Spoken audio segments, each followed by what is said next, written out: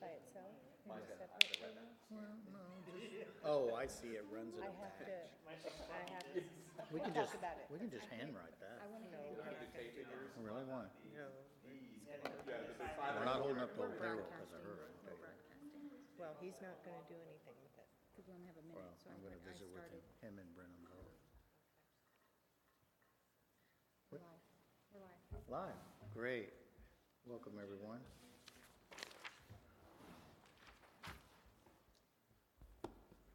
Notice hereby given of a public meeting and agenda, City of Castle Hills, Monday, July 25th, 2016.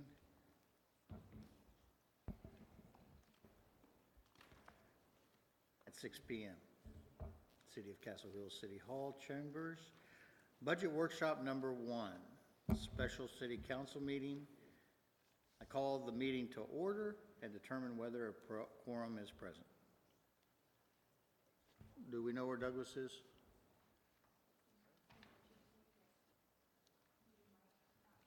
But then he asked about the time today, so. Okay. All right, Douglas Gregory is not present this evening as of yet. So item 2, we do have a quorum other than that. Item 2, a presentation and discussion of preliminary fiscal year 2017 budget for the City of Castle Hills. All right.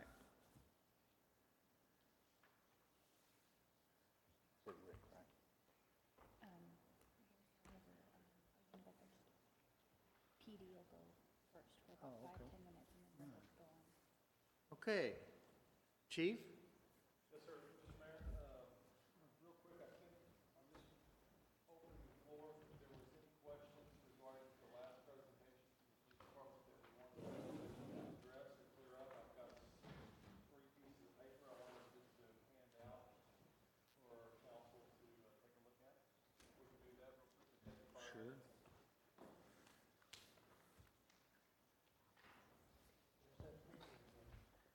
Well, Oh, there it is. Oh, yeah. This one's yours. Sure, Mr. Bueller, have that right there.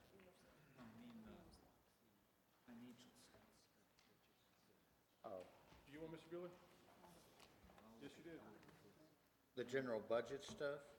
Yeah. Jen, No, he's asking about the meeting as far as what we're covering tonight.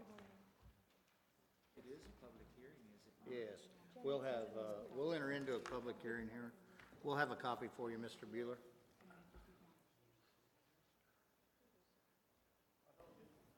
no, some others. He's looking for the general budget, not just yours. All right. All right, council, if you want to take a look at the, I guess, the second page. This is, we fine-tuned it just a little bit from the last budget workshop for our column. I have a question. Just, this says the approved general fund budget for FY 2017. I do not know that. Where? Oh, this came from, I'm sorry, this was just for, do you want this out, Suzanne? That would be a typo, sorry. Okay. Thank you, John. So anyway, if you just wanted to touch.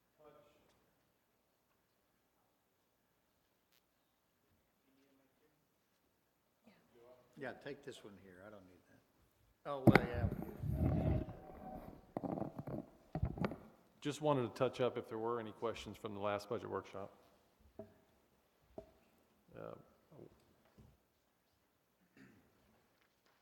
Or-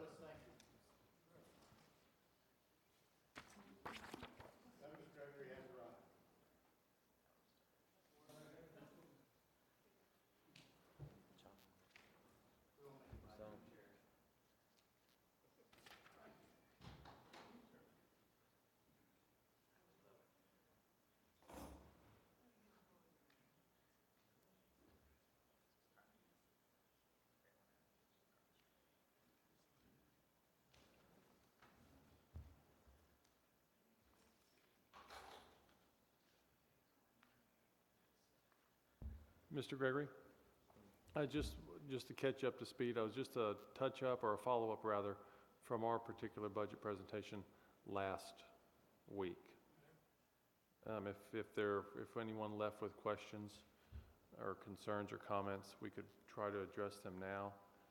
We refined our presentation from last week down to 3 slides that we thought that drew interest, if you will. So I just wanted to give you a moment to take a look at that and let me know if you had any questions, but the highlights are simple. We actually reduced our total, decreased in our operations budget around $900 for fiscal year 2017. We contribute most of that as to we pulled back in the gasoline section. $900? Yes, sir. 916, sir. For the whole year? 365 days.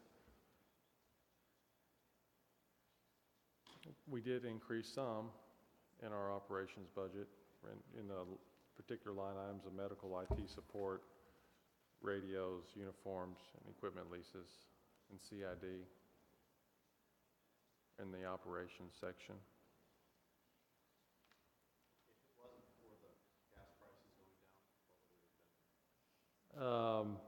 We would have likely have kept it the same. Not gone down, kept it as what it was last year at 62,000.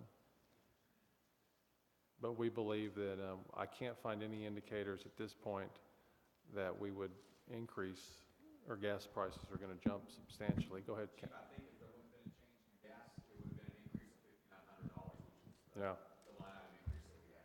That's pretty negligible, really.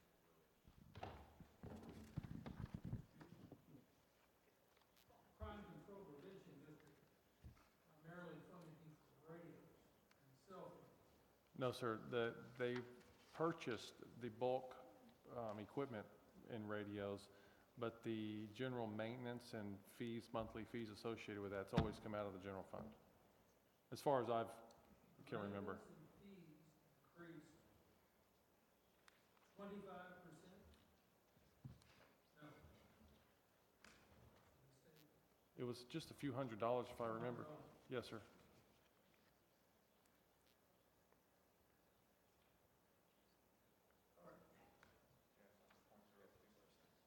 I'm just wondering, why did you go back to the Crime Control District and ask for this money? At what point? Right now, Why don't I? This is, since we bought the phones through them. we didn't buy the phones through Crime Control. We bought the radio equipment that goes in our police car and the upgrades to our dispatch center. Is any of that reflected in this? Upkeep and The only thing reflected in this is the monthly airtime. I guess is the best way to describe it. Did you do it the same way this year as last year? As far as I can remember, yes, sir. It's gone back historically many years since I've been involved with the budget, since 2013, 12. We've always had a line item in a general fund budget for cell phone radios and When was MDTs. crime control put in, Douglas? 2002, 3? Well, just cleaning out my files today. Yeah, so it's somewhere in that range. Had about 10, 12 years ago. And as I remember, I didn't get involved until 6, or I think 2006 or 7. The only thing we ever did in crime control was, as you said, to buy the bulk equipment stuff. The annual ongoing operations and maintenance came out of the regular city budget. Am I wrong? That's correct. I just wonder in the future whether you consider stuff that's bought through the crime control with the exclusion of the police cars. The equipment bought through the crime control prevention district, they also pay the maintenance and funding for those things. Well, Consideration for a future budget. very well. Right for this budget. How much of the things that you asked for in here, bought by the crime control district, and of those things, upkeep and maintenance, how much could you take out of this budget, push it back on the crime control district? Well, one deduction that we took was from gas, oil, and tires because we do supplement that in crime control. So that was another thought process on fine tuning that particular line item, because we do know that we have some in crime control that takes care of that particular line item. And our funding for that crime control is generally pretty stable year in and year out as far as the amount of dollars, isn't it? That's just, that's true. Of course, but I say it's generally been pretty stable in there, so it's not like you got a lot of fluff to, off the side, I wouldn't think. I don't know this year. The- Budget comes up September. It's up a little bit. We're forecasting a little bit of an increase for 17 because of sales tax, but a rough draft that we've already been working on for 17, we're around $7,000 surplus at this point. Now, of course, we're going to fine tune it as we move forward, but not a lot of wiggle room there.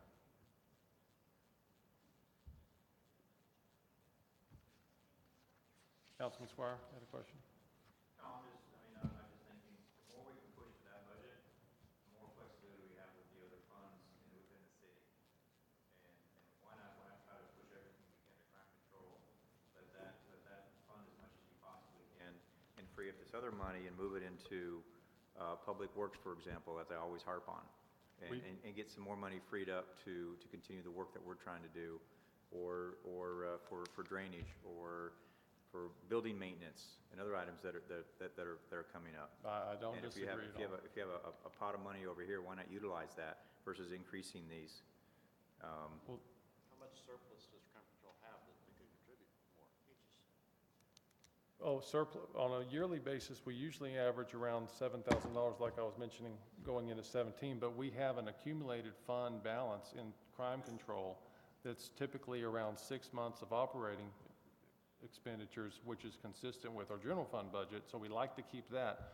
On rare occasion, we do ask for like a capital expenditure, Right. which is what we did with our WatchGuard radios, if you might, or I'm sorry, WatchGuard camera system. Right, If you right. remember that. So when that accumulated fund balance in crime control gets a little greater than the 6 month, then we try to capitalize on that and find a need for the police department, which is what the function of CCPD is in the first place.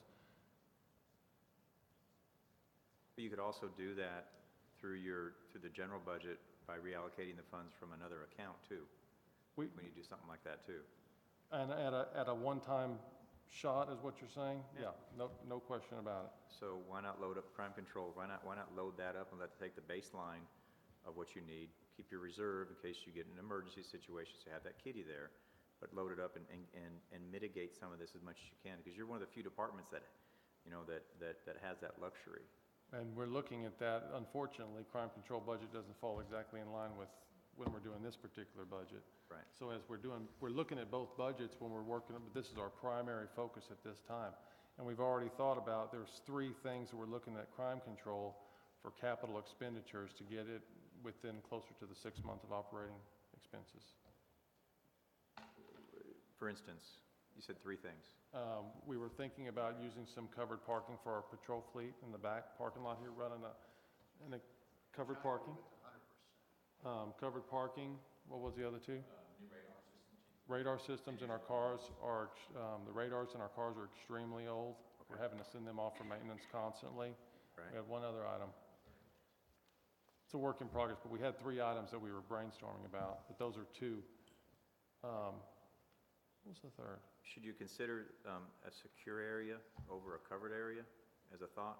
Well, what sparked the covered area was a hailstorm that we recently experienced, and with the damage that you see on our cars, we figured that was something we needed to look at. I mean, just because it was relative at the time. Right. And I'm not opposed to considering a secured area. There's so many moving parts with this city and the layout of our parking lot and court, municipal court, and that sort of thing. I just don't know how that would work and where you'd put the additional vehicles if we truly had a secured parking back here, and in conjunction with the school, it could be a nightmare out on the We streets. don't have much room, exactly. Yeah. Well, go ahead. No, I'm disagreeing. I'm just wondering if you thought about any other options in that regard, so. I mean, we could eventually, I don't know if there's a way to turn the area behind Public Works over as parking or, We're exploring we're brainstorming that also, sir. okay. It'd be a secured parking area as a thought anyway, so. Mhm. Okay, no, I'm just, it'd be my preference to move as much over as you can, and then as special needs arise, then we go forward, whether you CID funds or other funds that are out there, or pull it out of the budget, if we're looking to forecast a surplus, we look at it from that perspective. The other thing I want to understand too is on the salaries.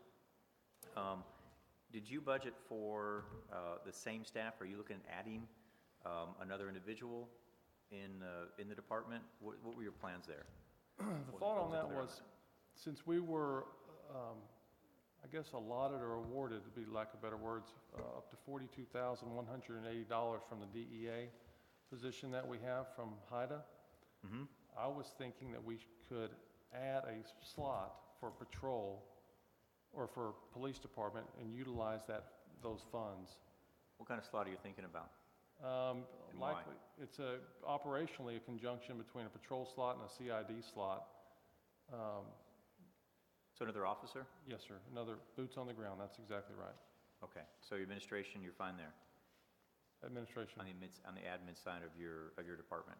Yeah, I would seriously, yes, sir. We need we need an officer, a police officer. And those funds. How many officers do you have right now?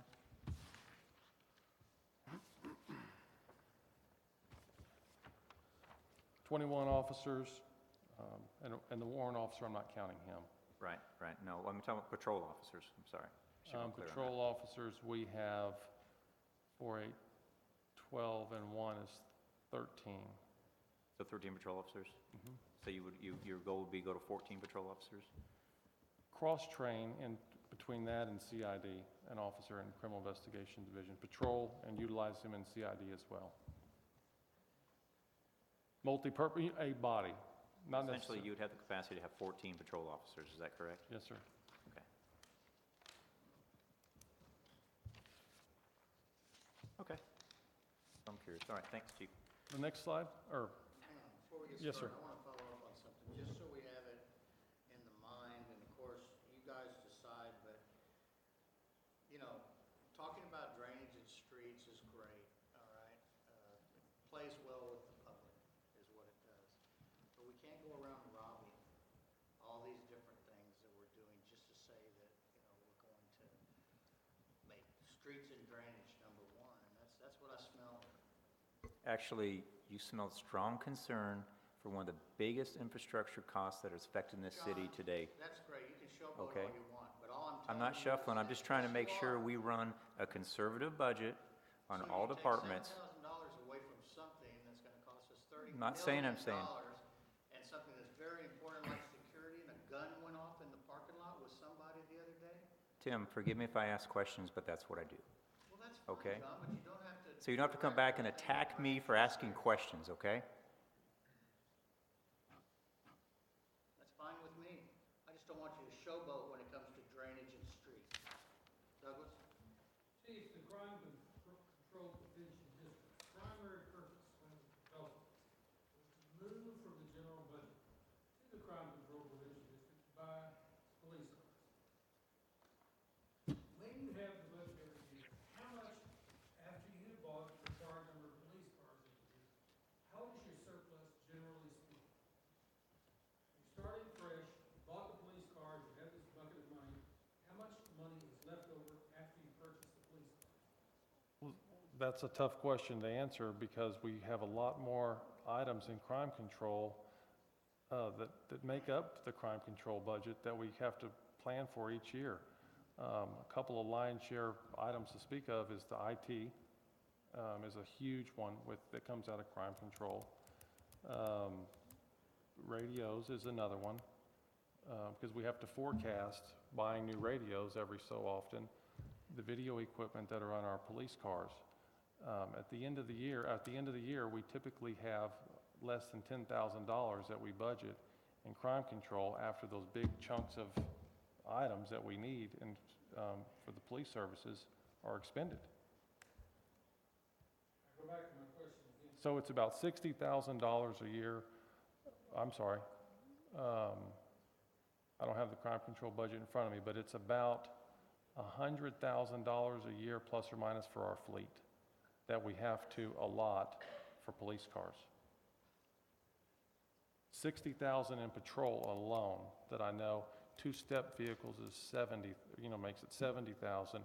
And I believe we're putting $25,000 a year away for admin, or CID vehicles. So it's nearly $100,000 a year for vehicles alone. Just as a curiosity, because I haven't attended one of these meetings in years, how did you come up with the priority of after the police cars are bought and you have public money? How have you prioritized how you're going to spend that money every year? In what area? Well, let's say for the sake of argument, they bring in $200,000 a year. Buy 3 cars, that's about $60,000. Those are the cars. So you're left with $140,000. How do you prioritize that $140,000 for spending? Well, it was developed in a fashion that's I inherited. So the bulk of what we had was already established, and we worked off of that skeleton. And as we move forward, we try to massage the budget or the crime control budget the best that we can. So that's a complex question, and I don't know that I can answer it without looking at line item by line item in the crime control budget. Thank you. Chief, I wasn't finished. How many police departments have unsecured areas in cities our size in this city? That's a tough question. I know of a few that have unsecured. The ones I looked at. Well, I know Helotes is unsecured because I was out there recently. I think Balcony Heights is unsecured. He worked for Universal City. Chavano Park, I believe, has. How do you define unsecured? Where anybody can walk right in and walk into a police car, bust a window, and take anything out. Or pull a gun out and shoot somebody, which happened last Thursday, within 100 yards of the police car area. She just happened to hit herself, but she still had a gun out there. Somebody got killed. So, to rest your mind at ease, Councilman Squire, we're very conservative in the police department, and I'm cautious when I move money around or try to cut back. I felt comfortable doing it in the area of gas, oil, and tires, so I did that in the area of gas, oil, and tires. When we worked on the budget, the captain and I, we were not looking at the bottom line.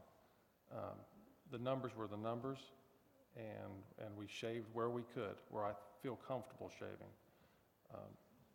At the end of the year, if I have a particular line item that has excess money in it, I turn it in. So with that said, amazingly enough, we came in, I guess, less $916 less 2017 than 2016 in our operations budget because of that mindset going into it. And Chief, I appreciate that, and again, I just got to ask the hard questions. And I don't question what you're trying to do. Matter of fact, if I don't understand it, that's why I'm asking. And I'm glad to hear you're considering another officer too. I didn't know that was your plan. And so I think having more officers on the road wouldn't hurt, especially since you're patrolling more area now that the program's in place for what's the right term? SB 631. Correct. So I also recognize that you may be putting more miles on these vehicles too this year, or starting this year, next year too. So all that I'm trying to consider as I'm thinking this thing through. But I'm just trying to understand what you're putting together and get your methodology behind it. Right, and that's fine, no problem on that. But it's not that we just want to put another officer on the street. The following slide, the next page over, clearly supports the theory or the method to the madness, if you will, as you can see the increase of activity. There you go, sir. On what we're dealing with in the police department. Yeah. We're talking nearly 30% across the board in all police functions. Mm-hmm. critical functions. And some of them very time-consuming. You're talking about a 12% increase in traffic accidents that the guys are working, and that's over 500 a year. It's, so, you know, we're starting to recognize calls holding, which is pretty scary for me and a citizen or anyone in this city. When you say calls holding, I'm not familiar. When I listen to the police radio all the time, or my handheld radio.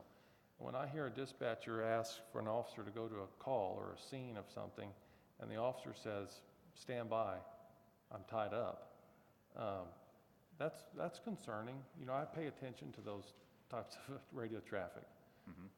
I don't hear it often, but I'm hearing it now when I used to not hear it at all. And then I look at these percentages and these numbers that the police department's handling. I think we need to do something, and by luck or happen chance, whichever, we're reimbursed $42,000 worth of salary from the DEA. I think it's a good thing. I think it's time to capitalize on that and to play it forward in that particular way. Oh, and it's that, so you're trying to get ahead of the curve, is what it boils down to. And so the only concern that I would have in regards to that additional monies is what happens if those monies stop? That's a good question. And we can address that if I feel that that's coming down the pipe. I know we've already been approved for 17, so I know we're good there. Our small departments, our department, any small department has an attrition issue associated with it. We could look at that if and when it happens. If it doesn't happen, and we're lucky enough to have a full crew with this particular position, I'd come to you at a budget workshop just like we're doing now and say, this is where we're at. Let's talk about it and figure out a way we're going to move forward. Sounds good. All right, thanks. You know, another thing that Douglas, you're in on this conversation that we were talking about too, is keeping dispatch, and also in the future, and I'll ask council for it in short order, is to get his phone system into this process. You know, we shouldn't have our dispatch answering a phone about a dog or a cat that's stuck in a tree and sitting there for you know, any amount of time on the phone when we have emergency calls going through here, which would promote the idea of reaching back out to the other small cities that need dispatching services. We've talked about it. Chief, you've been on it. Frank, I think you've been in that conversation. Douglas, you're a proponent. So that's something that we need to keep in mind when it comes to, you know, your allocation and who it will be charged to, and actually pull some more money probably out of your deal. I don't know how we divide all that up. That's it. Thanks. When you say the phone system, you mean for the admin, for the staff, so we can go? Talking about the city as a general rule. Call Church right now and see what happens. Call Balcones Heights. Call any city basically and see what happens when you call. Nobody answers the phone. What they do is they say, "Hello, this is the city of Castle Hills. If this is an emergency, dial 911 or hold for 3." And then we've given them the option to dial 911 or go ahead and go to dispatch. Okay. Or if Okay, I you see want what you mean now. admin, go ahead and go to admin. Now you've got the whole city filtering through our emergency system. And if you've received any complaints, I have, but I haven't really thought about it that much until we talked about it the other day. Now you've got a situation where you could have somebody shooting on a street. Can you please hold? Well, so what you're saying then is you're just following up on the idea that was raised last week, is that correct? Yeah, and also the idea Okay. that in short order, I'm going to be asking as the mayor for us to do that in midstream. Now, I don't know how we're gonna pay for it. The seed seems to keep It's grown up, getting beat up. But, that's important. I mean, it's really important when I call it. And can you hold? Well, sure. Well, I think it's ridiculous that we call and we have to talk to somebody there when I want to talk to somebody else. I think that's a waste of that person's time. They could be more efficient doing something else. It's the way we've always done it. Yeah. I'm not gonna argue with that, but, I mean, we need to get up into at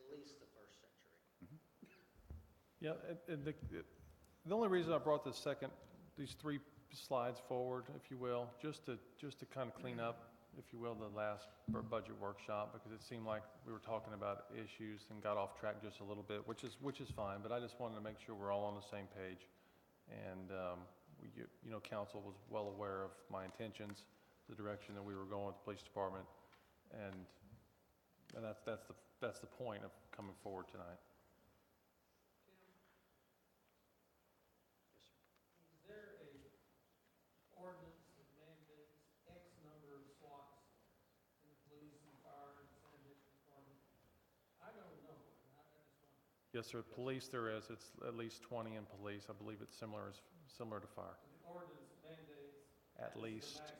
that's correct. So in order to increase the slot, the position you want to do, will require, No, Says at least. at least, A minimum. oh, so there is Correct. no mandate as to how much it is, a That- minimum amount. that is correct. That's what I want to thank you. Chief, and how many officers are on at any given time? Minimum staffing is 2 on patrol at one time, obviously that's minimum staffing.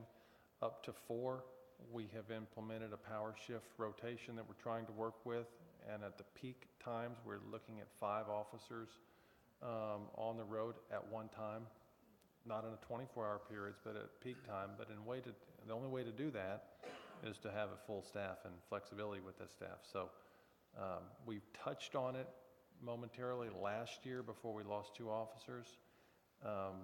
We were really, it was a fine old machine at that particular, a month or 2 that we had that in operation, because we were able to incorporate, well, we're getting into operations, but we were able to incorporate 8-hour shifts and 10-hour shifts, this power shift that really worked well.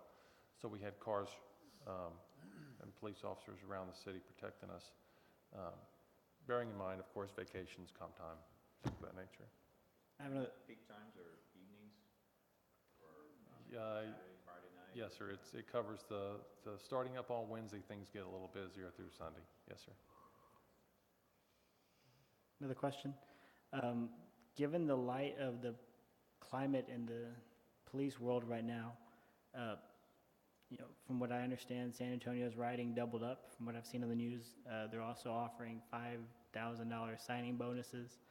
I understand we don't have that privilege right now, but is there anything that you foresee that we need to do to protect and, I guess, give our officers a little peace of mind? Obviously, support from council. The officers here, that's what they want. They want support from the citizens. They want support from council. They want support from admin. And as far as I know, we give it to them. We don't want them to question that, because once you have that, then things start to break down. We have changed our operation up slightly.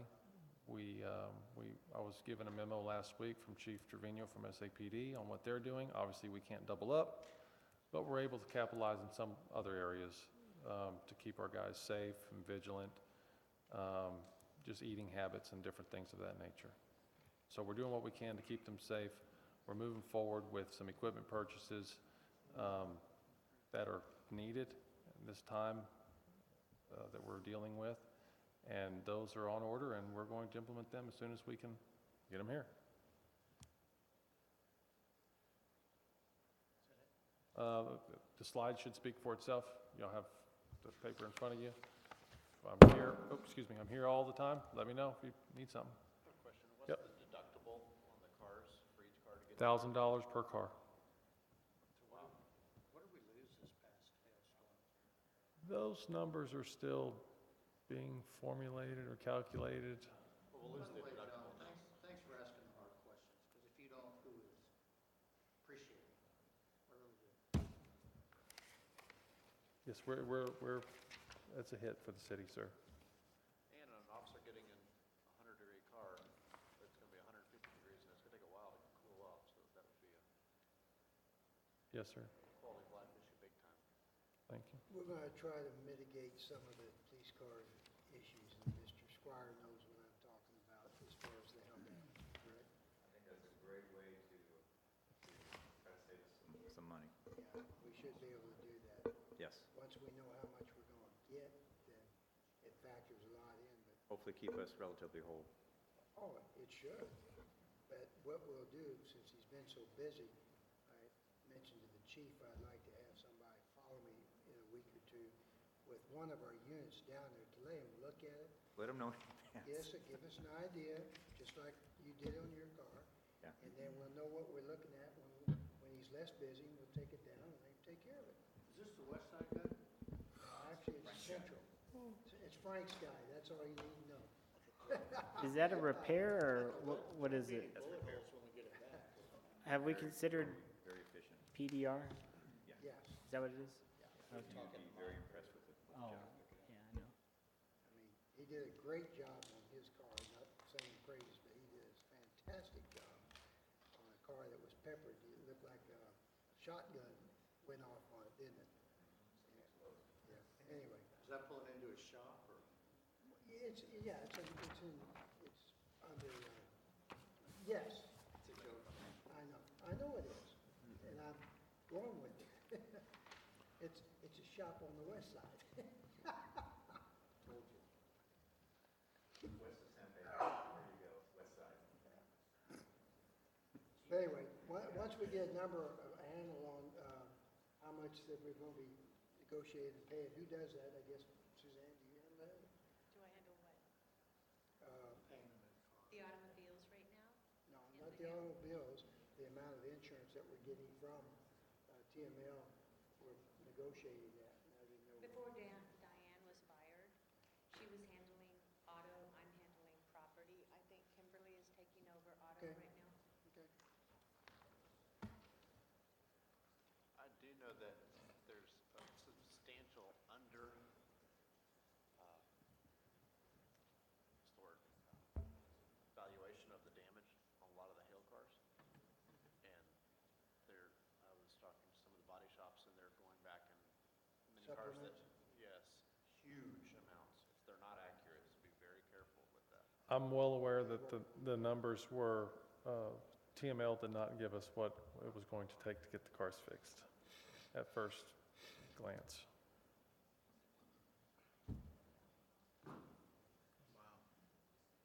Well, thanks for the opportunity. Can we pass it over to Rick? We good? Anybody else?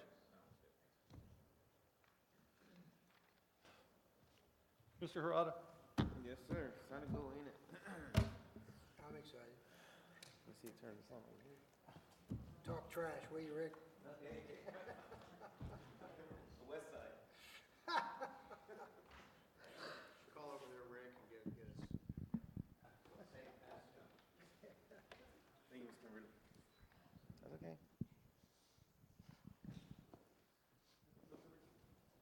Right here. It's right here.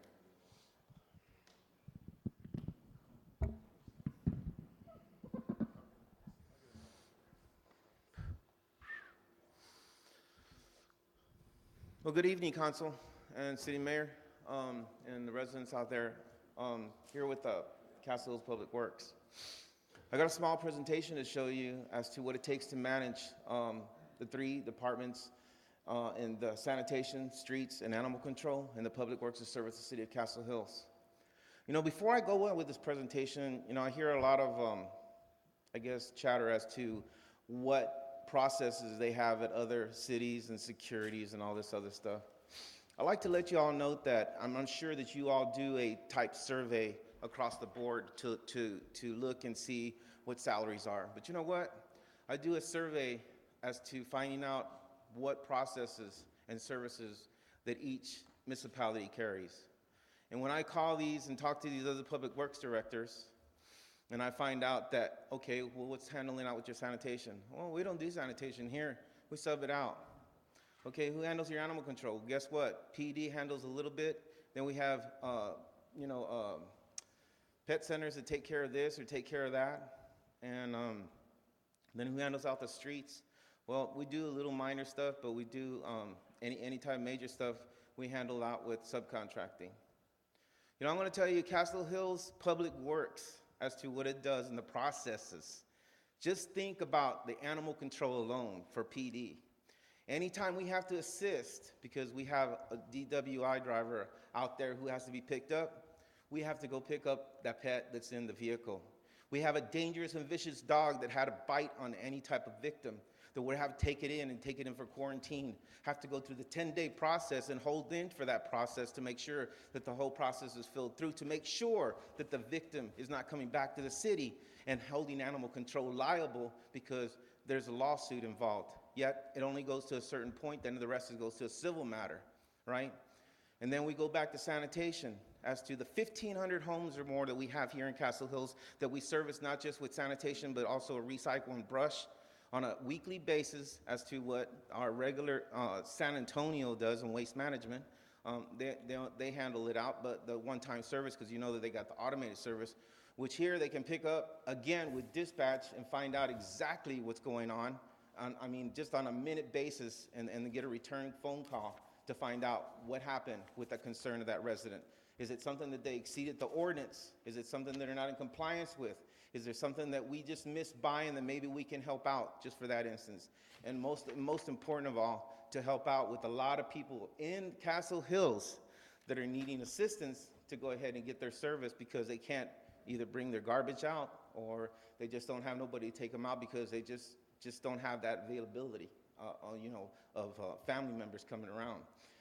But before I go with this presentation, that's what I need you to understand, or just listen to me as to what Public Works provides and what other municipalities can't provide, and what we all provide on assistance.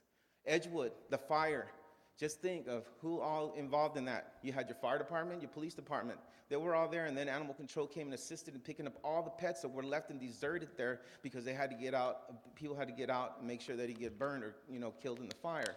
But guess what? Anybody who had to service that type of a service or process would have had to got a private service, which would have ended up paying each individual Wedgewood resident would have had to pay for those pets to get rescued. Well, animal control came and assisted in that rescue for all those pets. So I guess, again, here you want to see what Public Works has in the 3 departments that we handle there. Okay, the presentation that I got here for you today, excuse me.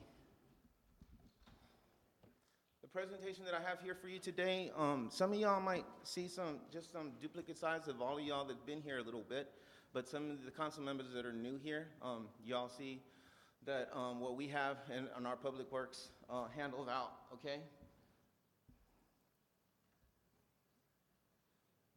It's not working. Okay, here we go, I'm sorry. I'm just gonna back fast. As you can see there, you can see the fleet that we handle in the Public Works, and each department that takes out handling pretty much maintenance and sanitation. We got maintenance on the lawn, on the easements, and you got your sanitation pickup, you got your animal control that you see kind of like around that whole image of that fleet, putting up street signs, crack sealing, and other involvements in other processes that we do for the city here. This presentation goal is showing everything in the presentations, as you can see, for the general public, and it's intended to show the impact of what it does for the city and the services. The Public Works overview of the employees. As you can see, again, what the Public Works run in each department that are multitasked to go ahead and manage out and help and service each area that we need to take care of in this city to service the city of Castle Hills residents. This is the Public Work revenue of the 2016 so far. As you can see in surcharge fees, those, as I spoke of, that exceed ordinances that we go out and we pick up and assess the pickup that we're going to put out. And that's how much we've already gotten in at $6,600. Abatement fees, that only is one abatement fee. I won't say the addresses, but you that have been mostly around have note that there's been troubled areas in the city that have been needing Public Works to go out there and abate the property because of the way it looks on the sites for the rest of the residents that are maintaining their yards there. And the sanitation and the recycle, well, I guess we see that we're in a minus of $600. Everybody wonders why and why are we getting paid for that? Well, unfortunately, the demand for the recycle right now is not all it used to be about 2 years ago. So now we're actually having to pay for them to take it in. But you all say, well, why do we have to pay for that? Well, think about the dollar amount. The recycling company's not going to be dumb. They're going to go ahead and say, you know what? We're going to make sure that we pay them something so they don't end up taking it to the landfill and disposing of it, but yet we're not going to pay them top dollar. But yet right now, that's still not the factor here. Like you see again, it's $600 in the hole that Mrs. Riley's keeping tabs on and keeping me and trying to touch it. Like, why are we having to pay? But unfortunately, like I said, the single stream recycle is not as a demand, but yet they're keeping in stocks. As I talk to recycling reps that are telling me all this is staying in stock, and until when it goes, then they're going to get the monies for it, not us, because we already paid out. We've already given out the recycle. But again, that's how they win, by us not trashing it. And I don't think there would be a lot of happy residents if we're not going to be staying green in that factor. The garbage revenues you see right now, we're at 47,000. Animal control, we fall into animal registrations, cage rentals, and impoundment fees for the year at $775. This shows right here what the street team performs and the functions that we do right now. It shows you kind of like the hours that we put into mowing, the hours that we put into street repair, and then the money for signs, and then other functions that we do, like street crack, patching on the streets, your crack sealing, the street signs, cleaning the sediment removal, mowing, trimming, watering the subdivision monuments, graffiti removal, surcharge collection, abatements duties, put up and take down barricades. Those are during our big storm, water wash-off storms there. And then we do some janitorial service. And this is our vehicle fleet. As you see, we have the field truck for the 2006 350. That's our main truck that we use for everything that we do, our transports on all our equipment, everything that we pull with that truck, trailers, crack sealer, everything. Animal control truck that we have just individually pulled out for that. If we need it, because we need to use it for some other equipment hauling, then we'll use it. If we're not using it for an animal control, then we got my truck that I use to go back and forth for any type of street processing that's happening. We have our dump truck that we normally carry a ton of UPM coal patch mix that you'll see a little bit here in a minute what we use in the street department for. Then we use our tractor Kubota that we have pretty much the 5 accessories that we have on there for backhoe, post hole digger, shredder, box grader, and things like that. Then again, here we have the crack sealer machine. As I can see, Mr. Chance is in the back of that audience. He was here when I bought that machine at $27,000. How you doing, Mr. Chance? So we got our water trailer there that we've been making, that we use to go ahead and water up our monuments to keep our foliage green there. And then we got our tandem trailer that we carry around our barricades that not also we use, but also the fire department, the police department have to assess when they have to go in and put out when flood storms are coming in unexpectedly. Here's some of the UPM coal patch that street repair is using right now in that team that we do. This UPM coal patch that I purchased was bought from Matera, that we were, Martin Marietta, that we were buying a lot from, but it's already sold off to Old Castle. So if any of you, like Mr. Gregory, you might see, anybody looking at the bills, you'll see where we buy it from and the bulk amount that I buy it, because we used to, back in the days, used to buy it in bag, but then by the time you bought it in the bag, you might as well just put it in the hole because like a rock, because it just dried out. This right here, it can stay in a big mound, it turns like a pie crust. Once you break that pie crust, you have all that material down there that you're able to use. And then you can also just use the dry crust on the bottom to go ahead and use the stuff that out here and tamper in with our tamper. Crack sealing here. You'll see the team here that all the work zones that we have to go ahead and put up, but there's a process there that has to be involved. As we have a street committee meeting that already shows a lot of that's involved. That's cleaning out all the cracks, making sure everything's leveled. As you can see, some of the UPM coal patches put on there prior to the crack sealing, so then make sure we can seal off that and any cracks in the street to go ahead and prevent any water going into the street and the base and messing up the rest of the street. This one right here is ranch land, as a matter of fact. We got a lot of praise for this street because it was fixed up, and it's a budding next door parallel with Adobe. This is our drainage dishes that we end up cleaning out when we have any type of sediment that's all washed off of the streets or even off the properties that is all brought down and then brought down. This is off of Blewett. We call it the Blewett drainage that ties up into the Jackson Keller area and then goes across. But once it gets stopped up, if we're not cleaning it off, all those homes can get backed up. So we make sure that it's clear. This right here is, you got your signs, the graffiti, and I'm going to tell you when this mostly happens, as you probably all know, when the kids are off. They're out for summer break, they're out there in their mischief, all on my walls and all on my signs. But again, we had big concerns with this, and this right here, luckily, because I used to be a painter, I knew that I could do this as to go ahead and purchasing and painting all what I needed to paint the same color, so I would take a color chip and then go ahead and paint the whole thing, and then I only had to roll the graffiti so it wouldn't show an actual chalkboard. The graffiti was there, so you could have graffiti right back up again. That's what the kids were happy about. But if you took that and you painted it with the same color, guess how long it would take for that graffiti to come back? Almost forever. But I'm happy to note that there's Mr. Wagner here sitting in there in the back audience there too, that caught some of our kids doing the graffiti. And it came out to $600 for that, for me to go ahead and charge both kids with the vandalizing and graffiti in that whole area right there. The parents weren't too happy, were they, Mr. Wagner? Sanitation budget. Take $149,000. We have a brand new 2017 International, 2013 International. I bought the same vehicle I wanted to stay with, purchasing the Sterlings, but they didn't make it no more, so our last vehicle is a 2009.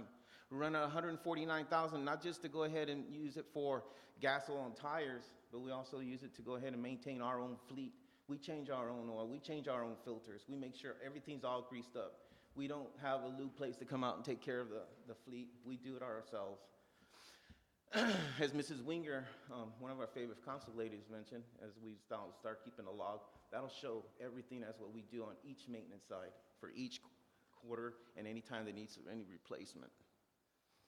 Sanitation department and sanitation functions, as you see right there, garbage collections, brush and leaf collection, recycle, and the sanitation team services over 1,500 homes, as you see right there, and then that kind of tells you what the tonnage that we bring in on each item per week.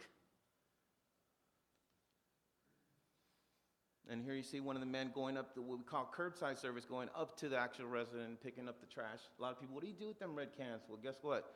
We pick up 2 to 3 homes, and then the sanitation truck waits down at the bottom of the line to the next home where he has to service the easement because it has any type of bag pickup or trash can pickup to the people that don't want to bring it out.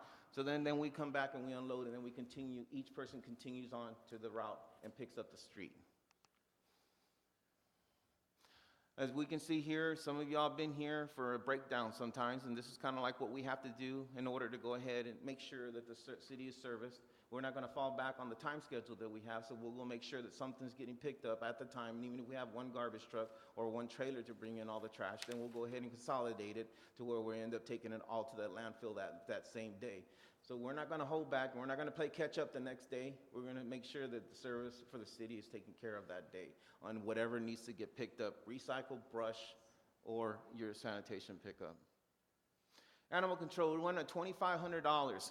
With that $2,500, you can all see that what we do here, and we pick up in the process of impoundment on the daily basis, and animal control functions that picks up a domestic animals, which is our pets of a regular dogs, and we'll pick up running at large because we are an animal control facility. And then we also pick up some wildlife rescue that we see there, that you see me time to time bringing in, a deer, snake, whatever we got that we're picking up. Then we have the dog bite quarantine services that we have to provide, that we have to end up making sure we we escort the pet owner and making sure that the funds are paid out, almost $300 to $400 for a 10-day quarantine. And then we make sure we follow at the end of the process, like I was mentioning a minute ago, to make sure that the victim is satisfied that they're not going to have any fallbacks saying if the dog had rabies or not. And just FYI, a lot of people always say, why do we go in for the quarantine if it has rabies vaccine? No matter what, the law states, ACO, Animal Control Officer class that I took, you have to have the pet quarantined for 10 days if it has vaccine or not, okay? And then if we don't have a pet owner, then the head comes off by a veterinarian. We take it downtown, check for rabies. We come back, tell the victim, yes or no. If it's yes, well, I'm sorry, but...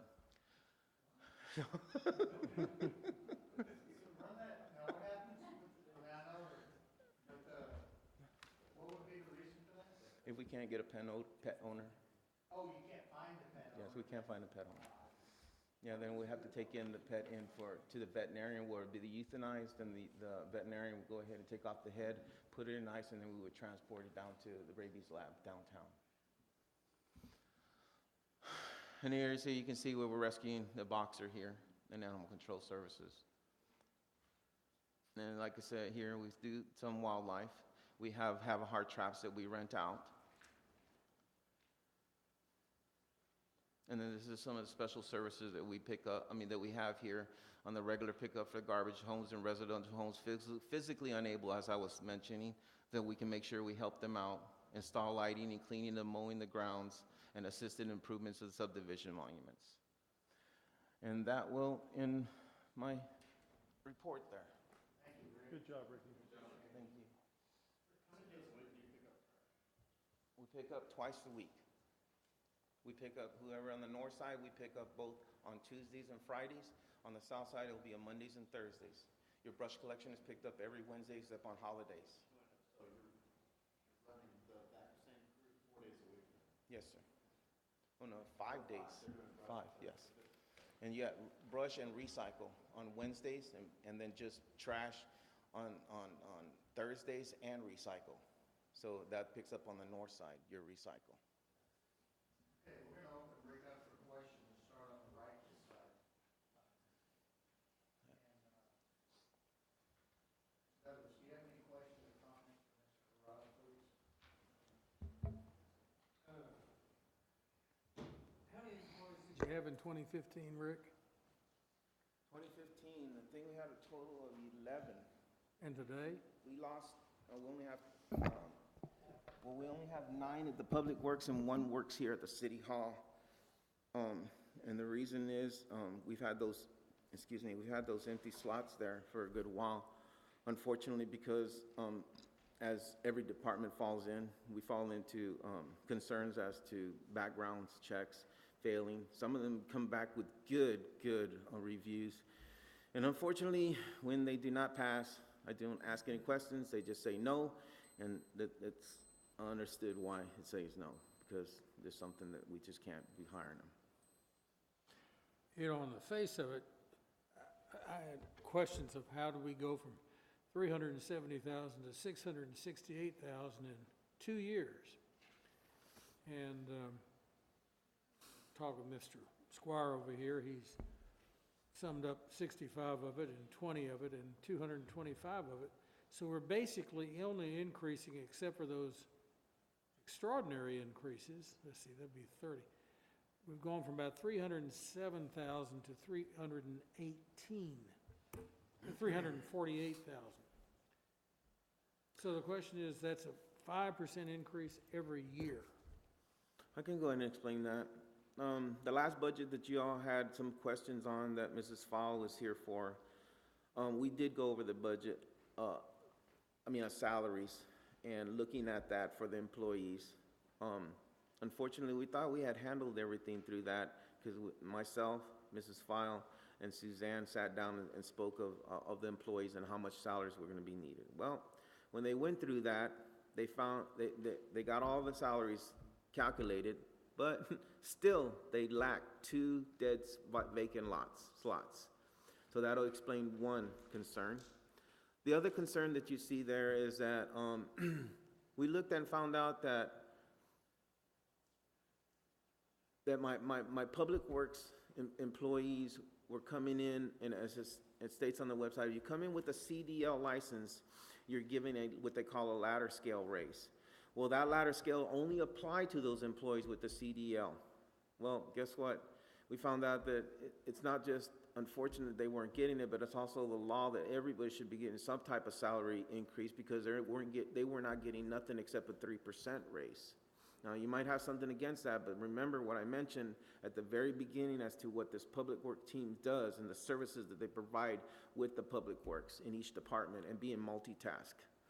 Now, the third reason is because of the fact that, as you know, in police and in fire, you know they get acknowledged for achievements. Well, my department was never getting. As you look and see that CDLs I put on there will be getting $300 a year at $25 a month for their achievement of CDL licenses.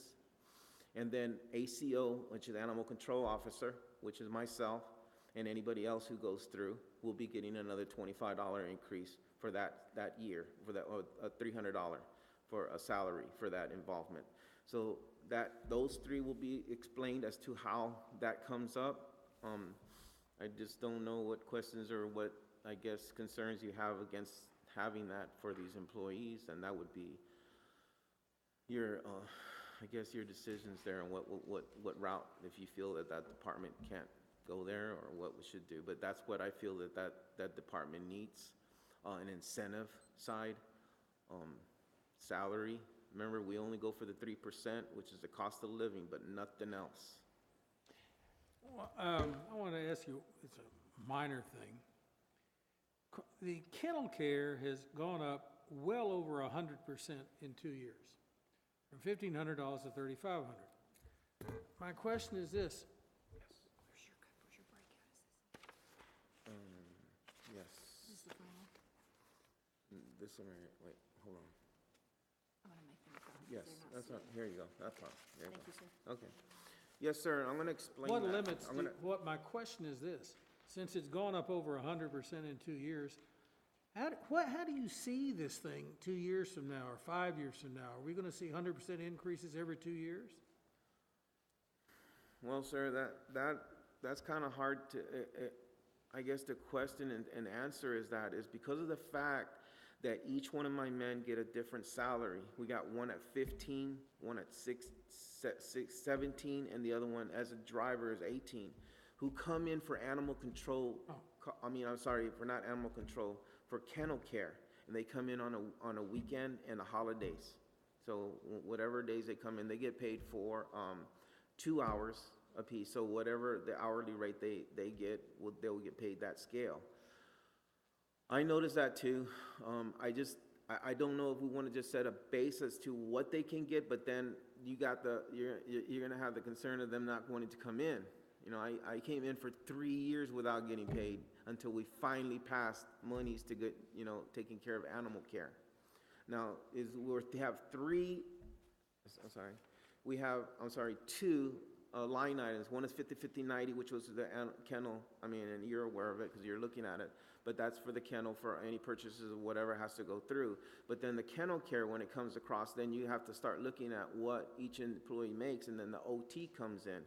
Now, if they have any animal control calls that they have to assist PD, or because something happened unfortunately, they have to come get a dangerous vehicle, then I have my admin take it and get paid out of my OT of streets for them to go ahead and get paid, so I won't have to go into that overs. But that's where that number is coming out in over, and you're right. There is a concern down later in the years, and to address it, like I said, I just don't want to have a fallback of people not having to want to come in to take care of the shelter. Are we, when Marcy started this years ago, it was just to collect that stray cat and dog. Are we adding services every year?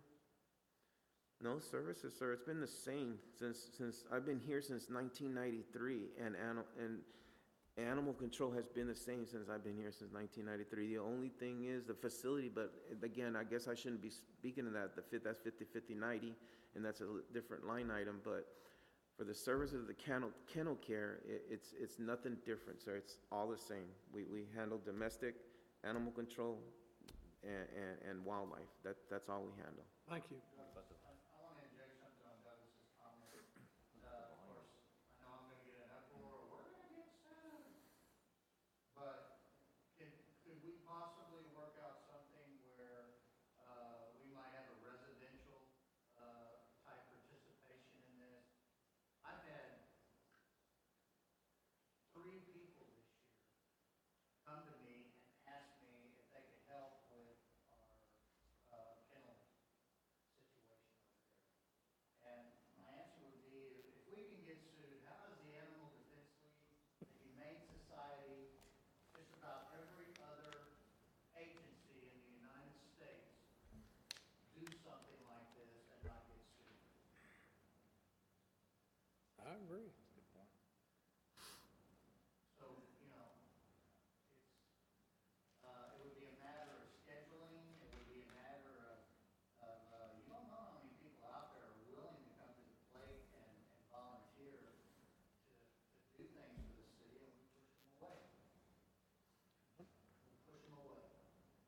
You're right, sir, and I'm gonna say I've had Girl Scouts, Boy Scouts, I've had other residents themselves come to me.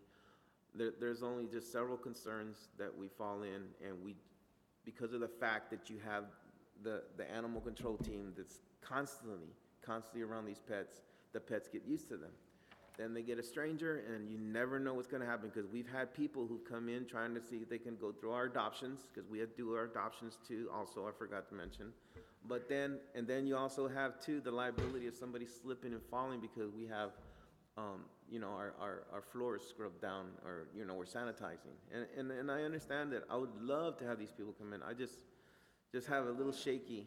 This is the point I'm getting at, and what he's getting at. Mm. Sure, I'm not gonna pay him the black cow here, but all I'm saying is, it doubles again, and we won't have animal control.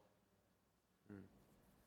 We'll have Bear County come in, and you know what happens there? Yes, sir. Death row. Yep.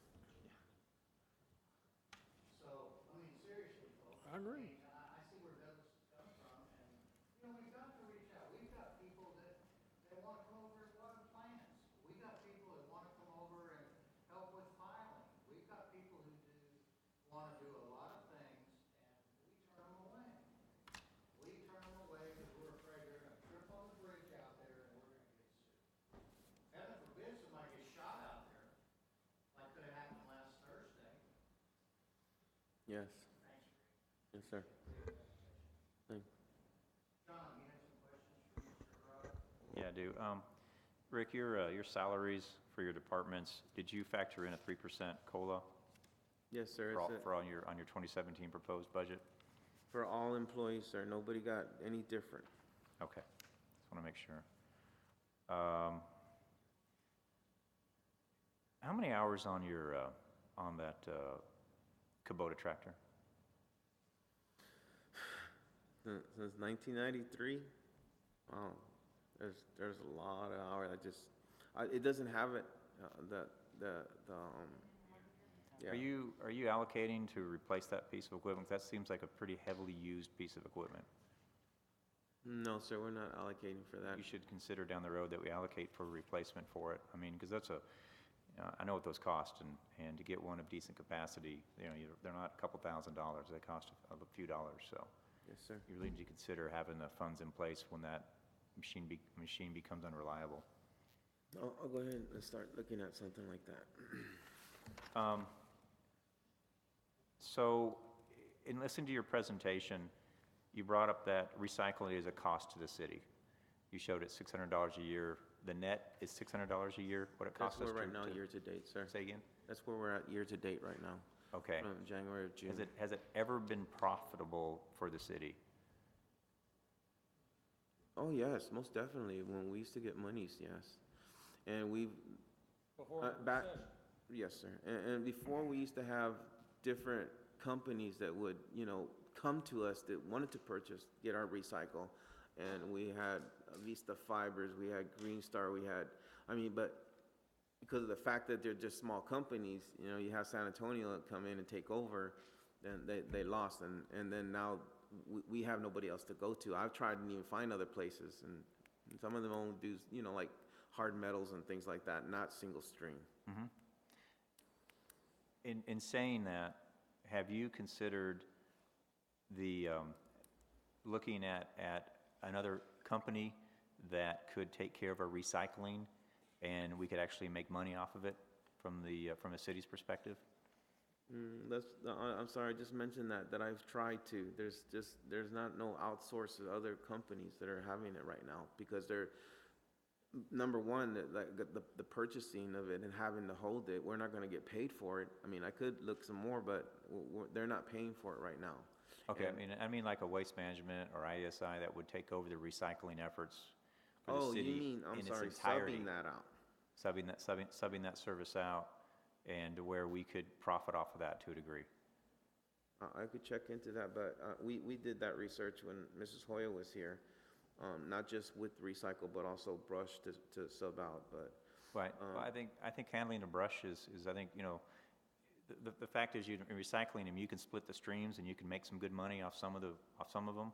Problem is you contaminate with the lower quality stuff, and you can't make the money off of it until they go through and split it out. But if you can send it in, if you have a multi-compartment truck, there's potentially some value in it. And I would like to see if it would make sense to have that as and just run it and see if it makes any sense to have that taken care of by a company that's what they do. You know, if we had the equipment for it, if we had the multi-compartment trucks for it, I think that I wouldn't ask that question. But I think it's worth looking at to see if it makes any sense. Yes, sir. Okay. That's all the questions. Thanks, Rick. Yes, sir. Do you have any questions or comments for Mr. Verado? First of all, Rick, thank you. It seems like you do quite a bit that a lot of us don't realize. The streetlights doubled in 2016. What was that about? The streetlights would be utilities, and Mrs. Riley can answer that, because we don't handle streetlights. I can take that. That was Okay. a CPS issue to where we were supposedly not paying for the streetlights along 410. And I think that was the only one, and they finally realized it, and they came back and hit us pretty hard. And actually, well, they didn't back charge us, but they said going forward we have to pay for it. So. One other thing, I noticed when I did my trash ride along that you were picking up leaves, and from what I understand, it's $1 a bag.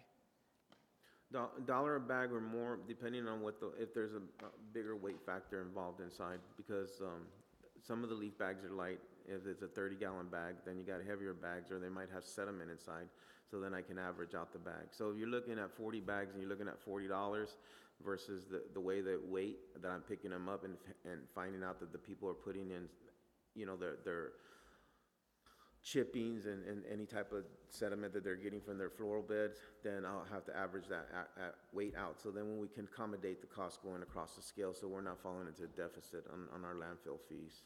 Gotcha. I guess my question was, have those fees been assessed recently to see if we're in line and we're adjusting them as the years go along? No, sir, they haven't. I mean, I could try to find out, you know, across the board what they're charging. This is where we took it. I think it was. I'm trying to figure out where we came out with that number. I can't remember, but I could go across the board and try to figure out so we can see we can bring that price up if we have to. And I'm not saying that we should, you know, raise them astronomically, but I think you said San Antonio is like, what, $3 a bag or something like that? On a commercial basis, not residential. Okay. Not residential, they normally have like if you had a big bulk pickup, up to 50 bags, they'll pick up one time through the year. But, that's, like I said, that's on a residential, but a commercial, they would charge up $3 to $5 a bag. So there's a potential for us to raise it a little bit without going to what San Antonio might charge. Yes, sir. If like I said, I could check it out. Thanks, Rick. Mm-hmm.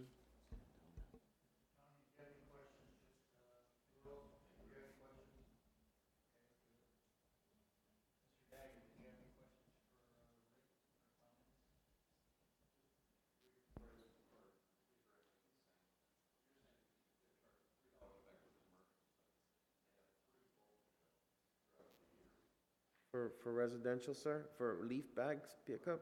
Yes, sir. Yeah, it's for our it's included in our where San Antonio I'm speaking of. It's included. They give you that one time. Then after that, That's all. Good presentation. yes, sir. Mr. Paul, I'm sure you had something to say to Mr. Verado. Just a couple. Thank you. You're Thank you. welcome. Thank you. Rick, the conversation on recycle, without getting into the weeds, the general principle to me would be, even if we made a little bit of money, it seems like if somebody would come here and do it, don't pay us anything, it would free up your men to do other things, and it would be a lot more efficient. We wouldn't be using our fuel, we wouldn't be using our trucks. If somebody, you know, I'm not concerned about getting the money as much as what we could save by being efficient. Does that make any sense, or am I? Yes, sir. Yes, sir. I mean, And I don't know if that's possible, but just trying to streamline the operation, And, you know, if we made $1,000 a month or whatever, to me, that's nothing compared to what we're putting into it as far as recycle's concerned. Could you look at that and see if you agree? Or Yes, sir, if I you disagree, tell me why. No, Yes, sir. I agree, yes, if it came out to freeing manpower for other resources Well, and through the plus, city. we don't beat our trucks up an additional twice a week. We don't use the expense. We don't do a lot of things. You have a comment on that, sir? I have a comment along those lines. We don't offer trash service for the commercial businesses, correct? No, sir, we used to, that was a long time ago. So if they wanted recycling, that would have to be, There also had to be subbed out, they have their private contractors will come in. gotcha, thank you. Then I had a couple of questions here, and I may have missed something. I normally do.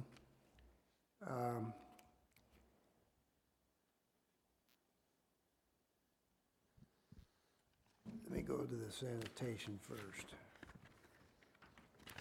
Now, I see why sanitation, we budgeted and approved for 2016 for salaries, 193,006. Half the year's gone, and we've only used 66,715. But our proposed is 231,781. Now, forget what we've used so far, but the percentage increase between the proposed this year, next year and what we approved for this year, that's 20%, just in salaries for sanitation. When you back up to the street department, the increase between the approved 216 of 186 compared to the proposed of 2017 of 253, that's 36%. Now, I realize you categoried a couple of people here that we had shortages on, that we didn't have filled positions. And the total for the streets and for the sanitation, for just the salaries alone, including the slots you want to fill, is about 22%. And it just seemed like an awful lot of jumping, so I'm missing something. And again, if it coupled with maybe being able to be more efficient by having somebody else do our recycle, anyway, your comments? Well, yes, sir. The only thing is that Mrs. Janet got you kind of like across the board as to the way the charges were going to be. And yes, those are for the 2 empty slots for the sanitation, so that takes care of that cost.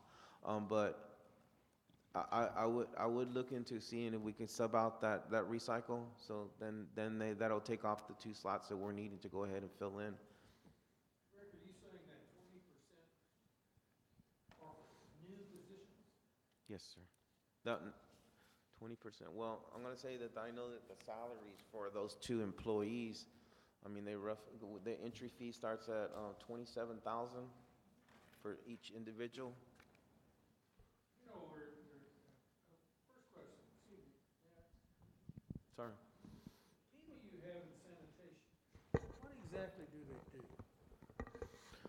Well, first they go on the route, they go ahead and take care of whatever collections is for that pickup of that day. Depending on what the service for that, it depends on the day of the amount of hours that are included. So if you have a sanitation collection on Monday, then you're probably roughly running till about 11:45, almost 12 o'clock. Then they'll come in, they'll have their lunch, and then they'll come out and help, they'll come back out, and then they'll start up again at 1 o'clock, and they'll start with the street department, except the drivers, because the drivers will have to take the trash trucks to the landfill, so they have to use that 1 hour. Then the collector will end up helping up the street department for the remaining of the day. Now, if you start falling into a day that they have brush, then that's pretty much a continuous, they're not finished till like almost 2:30, 3:30, and then the close of the day by the time they bring in their equipment and take the truck to the landfill. On a recycle day, you're looking at roughly about no later than 2:30, and then they come back in and they start helping out the street team again. That's where they start helping out with lawn maintenance, street repair. We have to fall into a bigger crew for crack sealing, UPM coat patch, whatever that process might be So for the that day day. starts at 6? 7 o'clock. 7. Everybody starts at 7 a.m. in the morning. And you're finished by around 12. Just the sanitation crew. So I have just the street department of three men, and then after that, then the rest of the crew falls back. And So would that be 2 hours that they, after lunch, 1 or 2 hours more they give to streets, and then they go home? 2 to 3 at the most. Well, we're reaching big money now in sanitation. We're looking at $168,000 in salaries for full town. That's minimum. I'm not even counting the slots that aren't filled that want to be filled. That pushes it 30, 60, that's pushes it about $210,000 a year. I think we've got to seriously look to see whether waste management can take over everything. If they can do it, we're spending $210,000 a year just on salary. And we're buying, I see the truck, I forget what that last truck cost, but that cost a ton of money. And we're about to replace probably the 2009 truck within 5 years. Now we're talking about significant money. And I just wonder whether or not, I don't know, whether or not a waste management company or another company could come in and do this for significantly less than the city is paying out in salaries, fees, retirement, so on and so forth. They may not be able to do it. It may be still something the city would rather pay the extra money for. But we're talking real money now. We've crossed the Rubicon, and I would guess that the total input of all the salaries for all the people in sanitation and the trucks and the overtime and the retirement is probably $250,000 a year. And I just would like to see whether Waste Management could beat that. Hey, Rick, were you done? Sure. Hey, Rick, what percentage of the activities that your department does over there, it doesn't have to be exact, because obviously we're throwing this question at you, I'm throwing this question at you, and actually involves pickup of, garbage trucks, trash, I personally wouldn't want to be the one, at least not till after May, that would go to the public and say, how many emails have we all gotten, and I'm not fighting you on this, Douglas, I'm just saying, how many emails have we all gotten on nobody in this Metroplex area has the services we have. Nobody has 2 a week deal.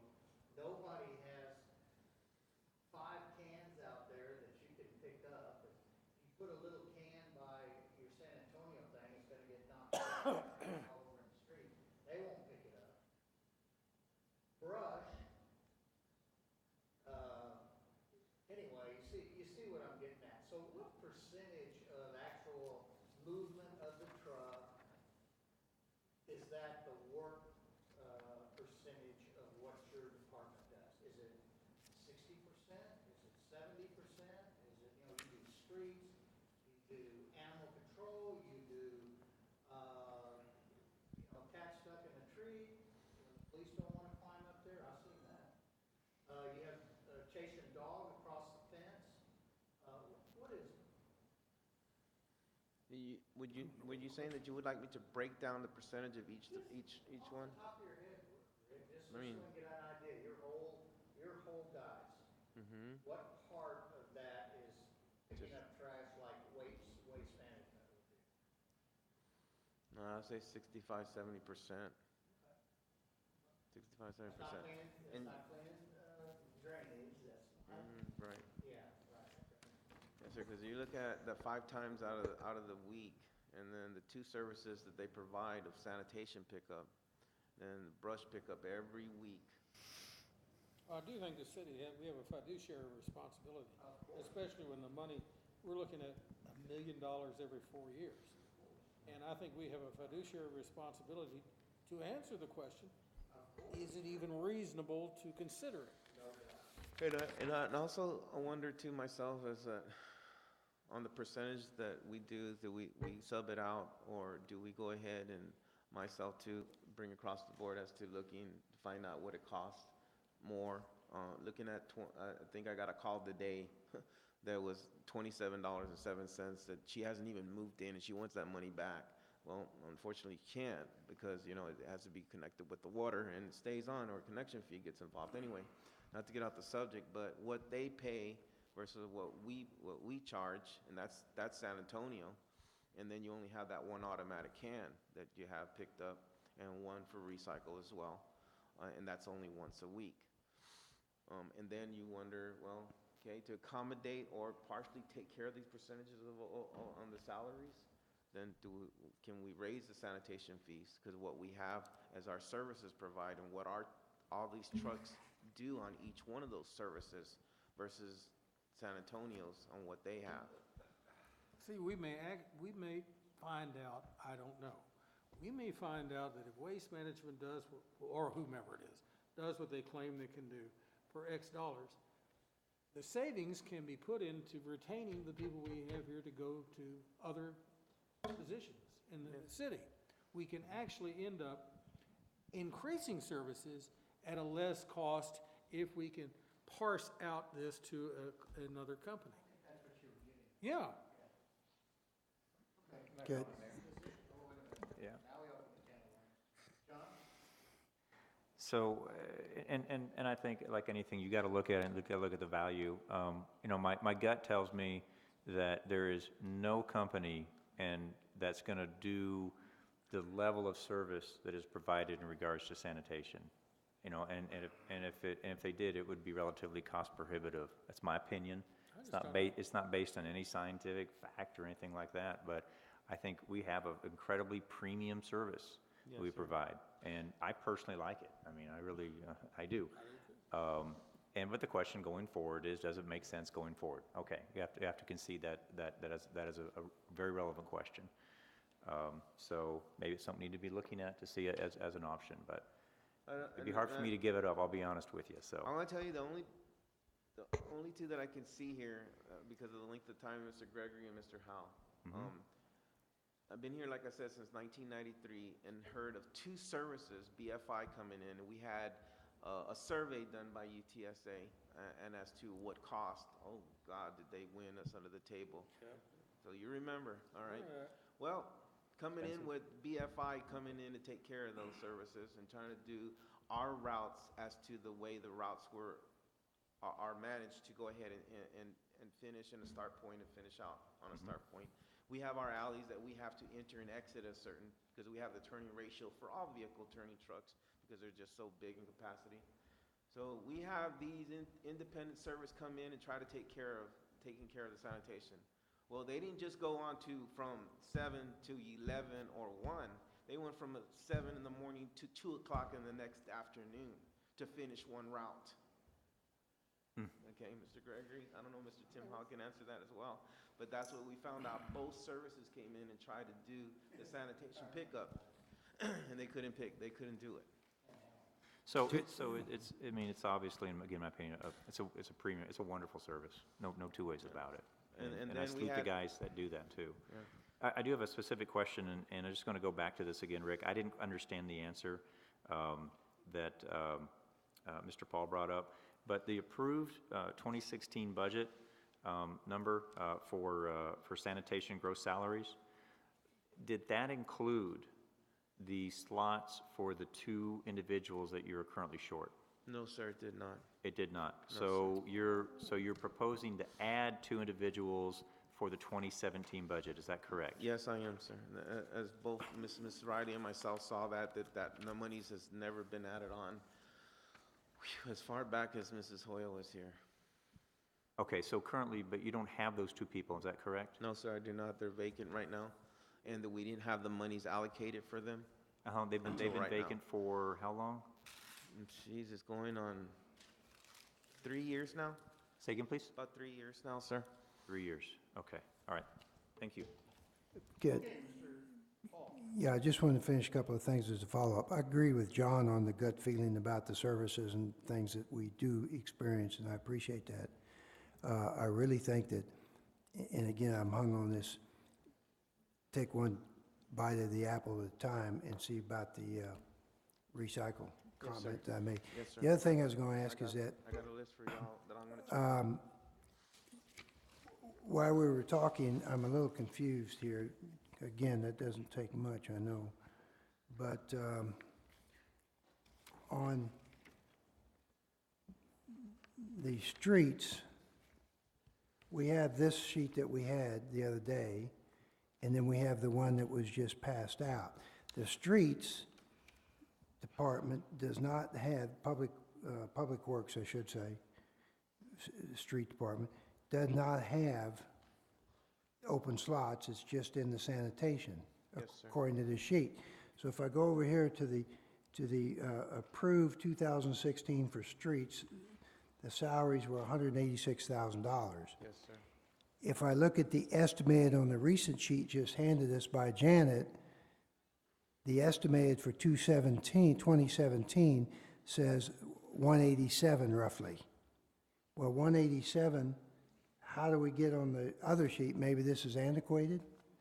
The other sheet said $253,000. And I got two sheets here. I got this sheet here from the other day. Well, that's a big, Yes. okay, so this is incorrect then? Which is the one you just handed out?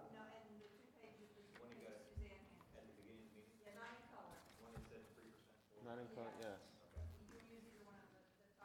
All right, so the $186,900, the $187,000 for salary for streets is what the proposed budget is for 2017. I want to make sure I'm on the right. Okay, yes, then that's fine, because that's only, $60,000, $70,000 less than what, this is where my percentages were coming from, and I didn't know why that was so great. I'm sorry. I'm fine. They have been tweaking. There's, I'm fine. That's a good tweak. Keep tweaking, will you? Torque it. Okay, anyone else have any questions for Rick? I just wanted to say something real quick. I think,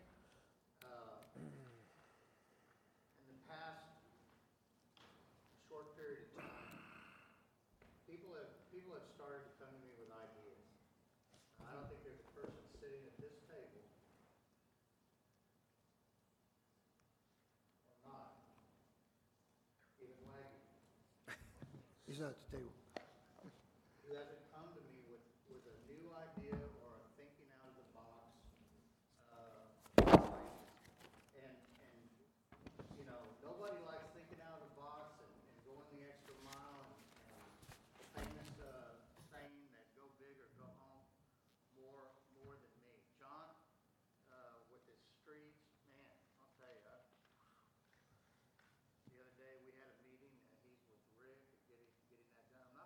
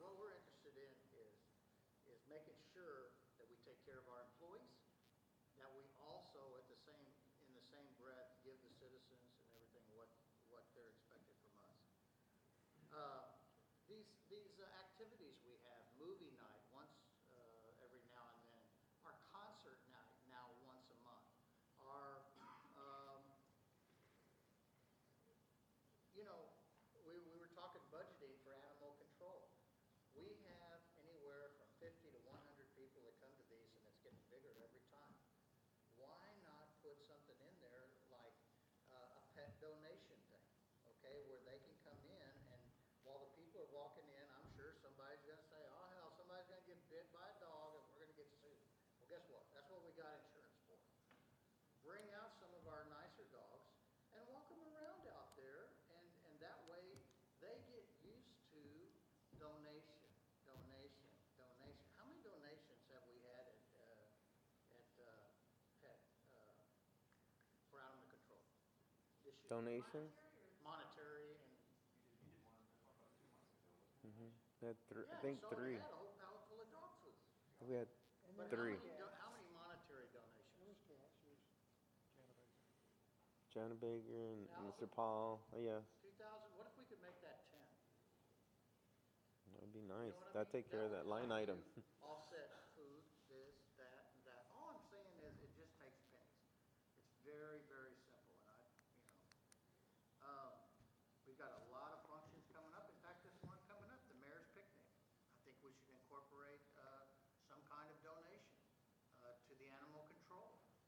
And have the guys, if they're here that day or whatever, walk some of our dogs around. We did it during the election, and they didn't bite our opponents. So, I don't know why, but, okay. Way to train them better. Yeah, we need to train them better, Rick. Okay. But most of all, I just want to say we're on a path here if you don't see it. Rick, your focus, your forward-looking attitude, there isn't a single person except for, where'd John go? We're not a single person here except for John and I and Kim, who know what happened in the last street meeting.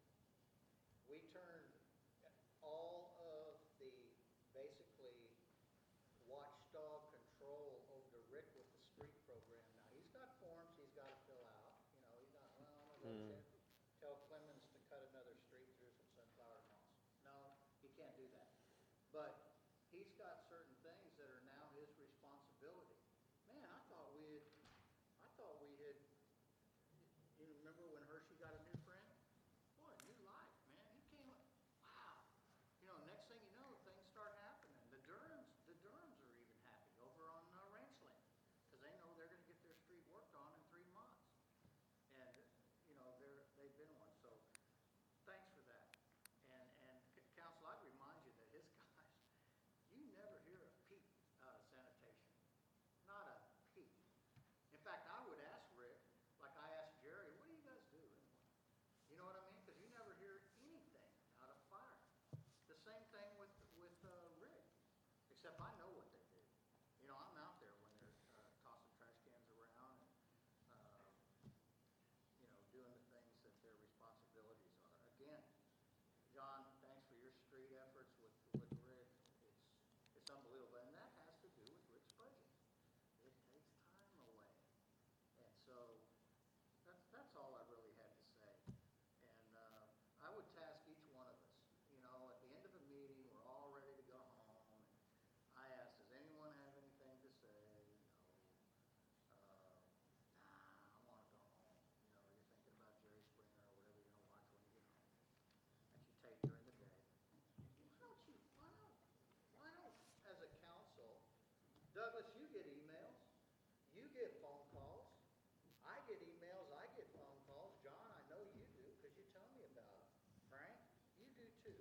Why don't we share with the public some of these, not to patronize our department heads or anything, but why don't we share with the public what we're hearing? I've heard more emails and positive stuff in the few months that is unbelievable. Unbelievable. And I don't know, nobody looks at Nextdoor anymore, so I guess I'm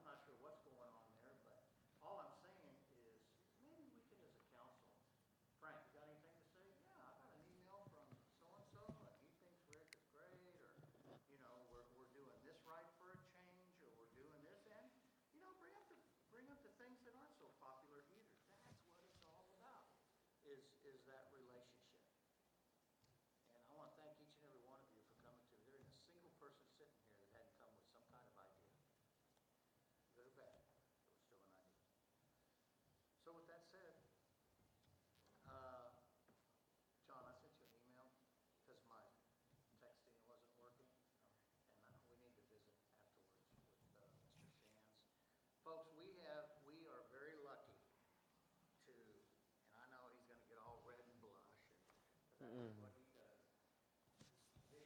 All of you know Mr. Shantz. And Yes. if you don't know him, here he is. We have, we talked about, and we came out out of the meeting and talked about bringing Mr. Shantz aboard, for a period of time, and he has agreed. And so, as soon as I can get him and, Mr. Brennan together to put it into stone, you know, I'm gonna lasso him so he doesn't get away. Will, as of August the 1st, Mr. Shands will come in as our interim city manager. So let's give Mr. Shands a hand. You got anything to say? Well, I'd like the opportunity to meet some of the council members, and I think I know all this plan, but after the meeting, about 60 seconds, I enjoyed this tonight. Well, Like a staff meeting here. for those of you who don't know, Douglas, you and I have been with Mike, and now I'm really going to embarrass him because he's going to have some big shoes to fill. I've heard things like the city manager God. I don't. That was for me. Oh, yeah, that's right, that's right. No,